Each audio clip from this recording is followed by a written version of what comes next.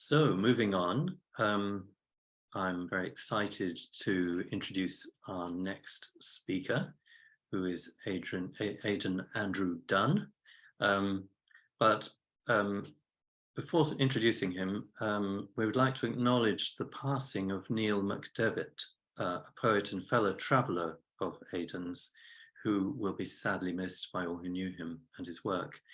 Actually, it's probably Niall MacDevitt, was the author of 3 collections of poetry: Portaloo, Firing Slits, and Jerusalem Colportage.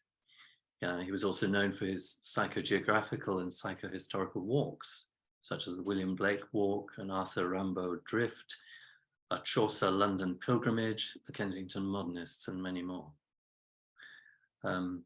As an art activist, he campaigned with Aidan Andrew Dun to save the Rimbaud Verlaine house in Mornington Crescent in London, and against overdevelopment of sites near Blake's burial ground in Bunhill Fields. So, as I say, our next speaker is Aidan Andrew Dun. Louise Coe, who is our conference organizer and a friend of Aidan's, has asked me to read her introduction to Aidan, so I'll be speaking as her, who has recorded for us a reading from his epic poem Vale Royal, and sonnets from his recent collection, also titled Vale Royal, which was created in the 1980s and 90s and published in 1995. So Louise says, I am so delighted that Vale Royal is now republished by the original publishers, Goldmark, as I've always felt that this work would be widely recognized, and it will now reach new audiences. At Gatekeeper, we envisioned that this epic poem, already studied by PhD level academics, will attract more focused research from students of psychogeography and the esoteric. So we're very honored to have Aidan read for Gatekeeper. He reads the first cycle. He's reading the first cycle of the poem and then a further extract in which the Sunchild incarnates as William Blake, age 7. And he will then read a selection of sonnets from Pulling Down the Wheel. So please relax and enjoy the readings. You can listen again when we send the recordings out, and you will receive a transcript to accompany the recordings. In the trip over star-crossed summer, in the sadness of my disconnection, I ran adrift in the city of exterior light. I jumped off a merry-go-round of transients and disappeared in the street, saying, now let the good times roll. I had lingered in the guidelines long enough, and so without a destination I set out, not intending to turn back very soon. Saying to myself, the sun is born at midnight, I made the best of this idiot pilgrimage, sleeping in the way stations of flight. In wide arcs of wandering through the city, I saw to either side of what is seen, and noticed treasures where it was thought there were none. I passed through a more fluid city, broke up the imprint of all familiar places, shutting my eyes to the boredom of modern contours. There were canals where streets had been, and powerfully reflected light obliterated whole ranks of unsuitable buildings. Asceticism was my dream. Disillusionment demanded no less. I floated downstream with indifference. My one idea was to stay outside till everything but the indestructible had been destroyed. Astray, in the void of connectedness, I left behind past and predictable worlds and span on a new axis, out of sight. And so I came to the place called Pancross, in the plain of good luck, where the workers with golden hands are building the cathedral of the Sunchild, beside the river on the cone of high land above the flashing downward race of the fleet. This is the cathedral of translucent foundations, 8 silver doors and rafters of sunlight, alchemical house of the first breath of creation. In the multicolored shadows of this perfect structure, I found the people of the golden skin bathing where 8-sided medicine wheels turn through green foam. Here in a vision, I saw the man-angel water snake dipping his head and tail in a font of sunlight, safeguarding the cathedral with his magnificent wingspan. Here I stayed bathing in the sunlight myself, till my understanding went beneath the surface, and I was shown the plan of the song Vale Royal. A song to throw light on the great secret of London and the stance of the child in the tree of life, the royal winged son of the liberation. A song to explain the golden quatrain and the mystical geography of King's Cross. Song for all navigators of the night sea crossing. Come, a direction into zones of darkness, a passage to the spaces of discovery begins. We shall make a voyage to the deep place called Vale Royal. This broken down wall running under the trees marks the outer limit of the graveyard.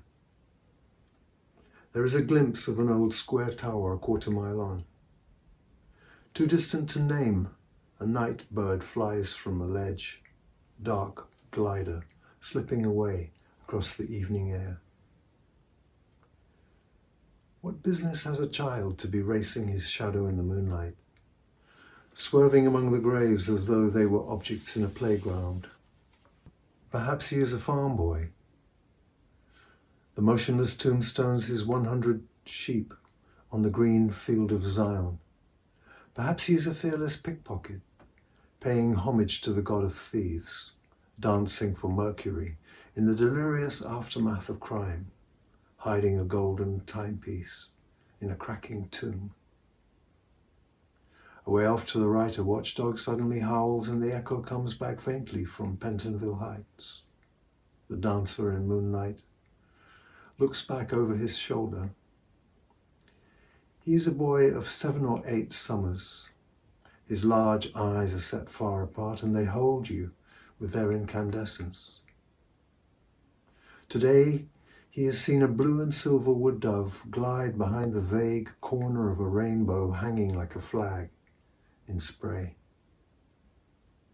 As the sun passed through the dusty noon on this midsummer's day of independence, he was bathing in cool water down at Willen's Pond. Early in the morning he escaped from the smoky metropolis. Out here he has seen empty meadows, African savannas, blue gulfs burning in the great haze of June. He has sailed with sun-tanned buccaneros chasing the Spaniard across the Mexique Bay. And now, in late twilight, the 7 years' war long forgotten, he has come to circle the haunted church, Child William, without his more cautious playmates, a grail knight advancing on the Chapel Perilous. After the storm, the noon was angry, still overshadowed with emotion. Now and then, lightning's filigree flickered, silver radiation crossing the sky with ferocity, fingerings of electricity, still gesturing with disdain, threatening more vernal rain. I crossed the wet fields, glistening, mounted quickly through the wood. Then all at once, as in my boyhood, just as the sun commenced shining, with tiny wings of green and purple, I saw the butterfly people. Wolf whistles under the front door as March raises vernal skirts, childlike, innocent metaphor vis-a-vis annual best efforts to tempt the goddess from her doze, to wake her sleeping meadows from winter's existential coma. Now in the air a lush aroma says she's lashed herself with scent, vital fluids, presently in fashion. Songbirds play a part in her passion, small choristers of spring's ascent. No wonder the wind is out of hand, wolf whistling madly through the land. Paid to stand with golden buttons, scanning the traffic impassively. His presence supposedly brightens a banker's doorway impressively. Each banking house must have a dragon. At his price, this one was a bargain. To some extent draconian, certainly Babylonian. In his mouth there is no pearl, only a mint, which he sucks to sweeten the poisonous influx of diesel fumes. Leaden swirl around his day-long pavement station. Small comfort in his situation. Doves tumble through dark grey clouds, grazing this skylight's diagonal. In spite of will, the dream corrodes where all is so conditional.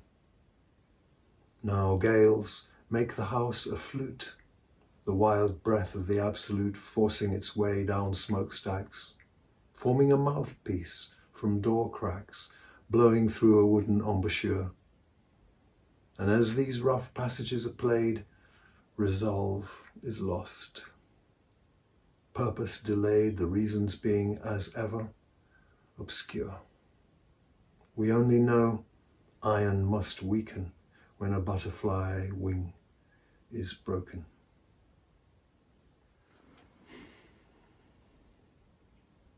By mistake, I crushed leg or wing as he was looking for sweet flowers along the bookcase, slowly buzzing. Plenty there, many honeyed bowers. He came in through the velux, thereby his fatal influx. I tried to trap him in a jar, but something in spite of care crunched under the cruel rim, lowering to seal him in. No Jane felt such a sense of sin as I, when I heard that small limb crack beneath my clumsy hand in an execution unplanned. Willow tree, here's a sad man leaning his irresolute spine against your trunk, trying to scan the unknown over the skyline, slave of anticipation, dreamer of emancipation, turning a sonnet in his mind. How is it she has declined meeting by the waterside? Tension pulls spasmodically at his mouth. Periodically he gazes round, far and wide. Has the sun been stolen away? So little now remains of the day.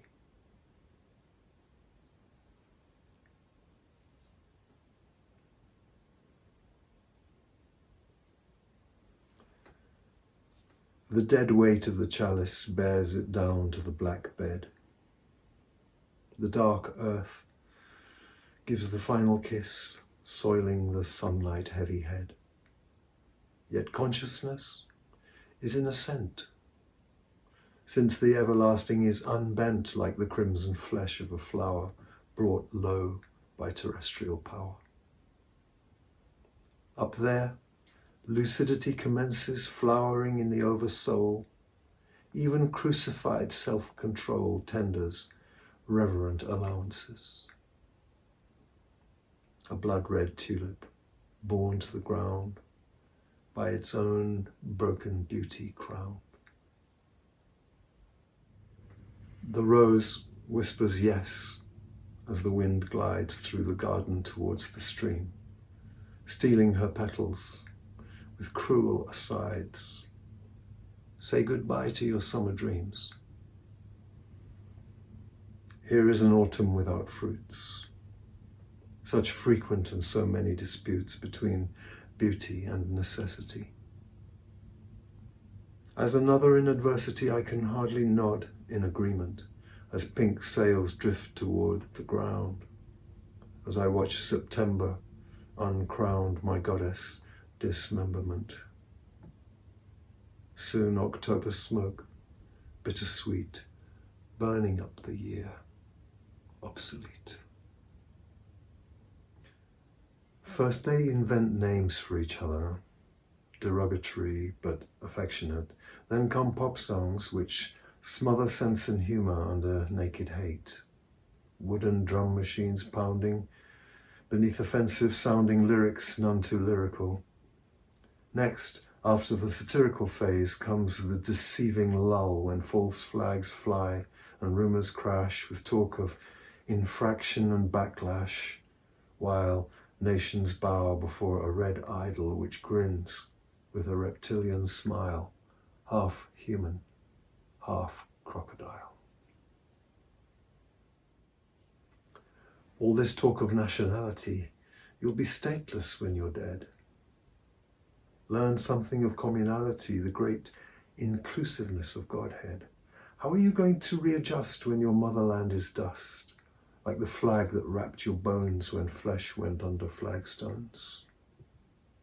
Will you sing banal anthems when you meet the ineffable? There is something laughable about xenophobe Te Deums, chanted in bombastic spirit, songs of the unregenerate.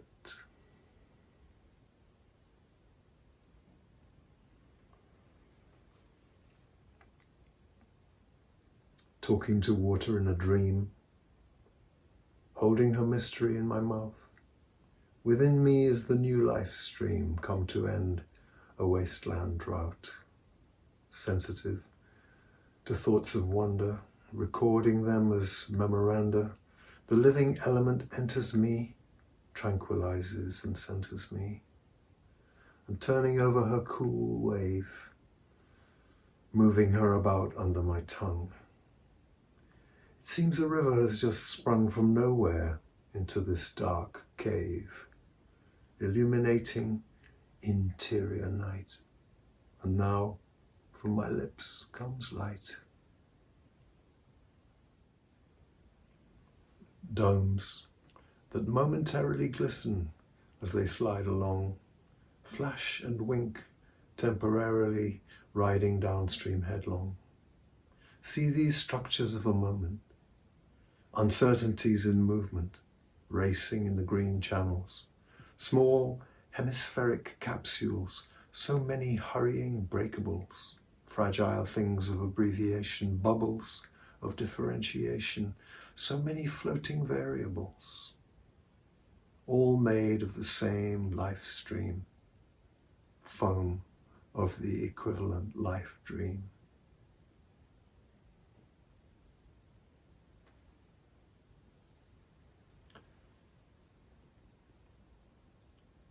Orphaned again by absence. I who used to love solitude saw a ringdove from the fence flutter down with incertitude to take her breakfast in the grass. Quickly, I found her in a spyglass, beige, with dainty flights, brown trimmed. Watched her as she lightly skimmed flower beds to land beneath the tree where sunflower seeds lay jettisoned. From the small house, you fastened in altruistic basketry, high, high up in the branches, the feeder for the shy bullfinches.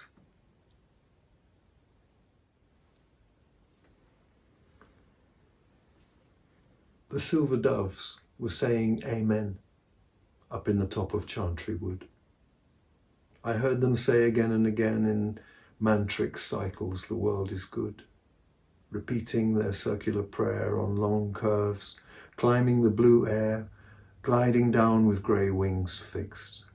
Below, in disbelief, transfixed, I listened from a tangled glen to the clapping of their vans, as if worshippers joined hands, singing some ecstatic hymn. Then I repeated after them, the world is good, amen and amen. Well, thank you, Aidan. That was very beautiful. And I wonder if anyone has any questions for Aidan, or if not yet, perhaps Aidan, would you like to say something about Vale Royal and when it's coming out and so on? Well, the poem was conceived over a period of about 23 years. It was conceived in very difficult circumstances. I lived a very alienated existence in order to conduct the long task of scholarship to produce the theory behind the poem. I mean, the poem itself only took perhaps, I'm sorry about the barking of Orson downstairs, he'll be suppressed. I don't think we can hear him. He'll be suppressed. The poem only took about 6 or 9 months to write in its first draft, but it took me about 17 years to work out the theory behind the poem. Wow. And those years were spent really in a state of near destitution. Wow. Living in derelict houses in London, mostly. A very tough time. So the poem was born really with blood, sweat, and tears. A true labor of love. Yeah, a devotion, yeah. Yes. But at the same time, you know, I mean, I'm fully conscious that I feel very blessed to have been given the information, have been given access to the information, though it was a hard grind to get through the not to penetrate through to the simple message at the heart of the poem. I feel very lucky to have been given the chance to dedicate my life to it. That is a great privilege, I'm sure. Although a hard one to endure at times, I suspect, from what you're saying. Yeah, it was tough. It was tough. I mean, I'm in a much better space now. I mean, fortunately, by a miracle, I found a publisher who was prepared to put out Vale Royal when a lot of people had said it was unpublishable. And these days, you know, I'm working on my sonnet sequences. I'm in a much better space. That's great. And very, very happy to be invited to be part of the Gatekeeper event. Thank you so much.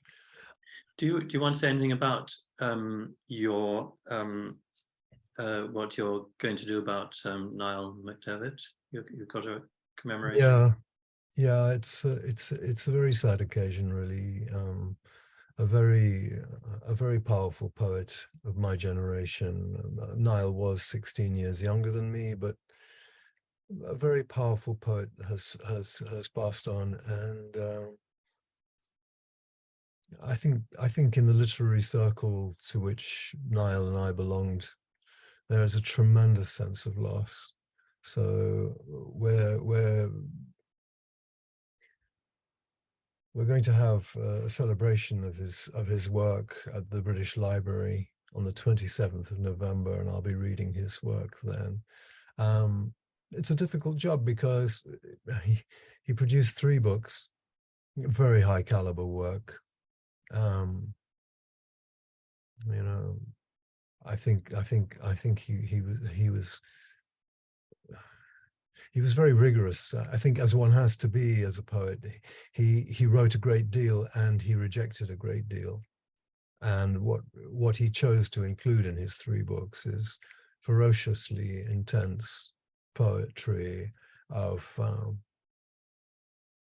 vision and alienation, kind of a combination. I think it could be described as politico-spiritual. That was his term. So he's an outsider, but at the same time, he's a traditionalist in his spiritual perspective. He's a traditionalist and a very fine poet. And we both shared a love of the work of Arthur Rimbaud. We both slept on Arthur Rimbaud's grave in Charleville. I slept there on my way back from India in 1976, my overland trip to India. And Niall slept there in the last winter, last winter before the millennium, in 1999. He spent a night at Rimbaud's grave in Charleville. We both adore Rimbaud, and actually, Stephen, it actually so happened that we together saved Arthur Rimbaud's house in King's Cross, which is very special. The house most associated with the poet. He wrote a lot of his greatest work there. So we'll be celebrating Niall on the 27th and trying to come to terms with his passing on. Well, thank you. I'm sure that'll be a very special occasion. Is it open to the public? I mean, if members of Gatekeeper want to come? It is. It's a ticketed event, but it is. I think there are still tickets for the event. You can go to the British Library box office and book for that event. Yeah. Okay, that's lovely. Well, I just want to thank you so much for My pleasure. doing this reading for us and for being with us today. My pleasure, Stephen. Thank you for inviting me. It's a All the pleasure. best to everyone at Gatekeeper. Thank you.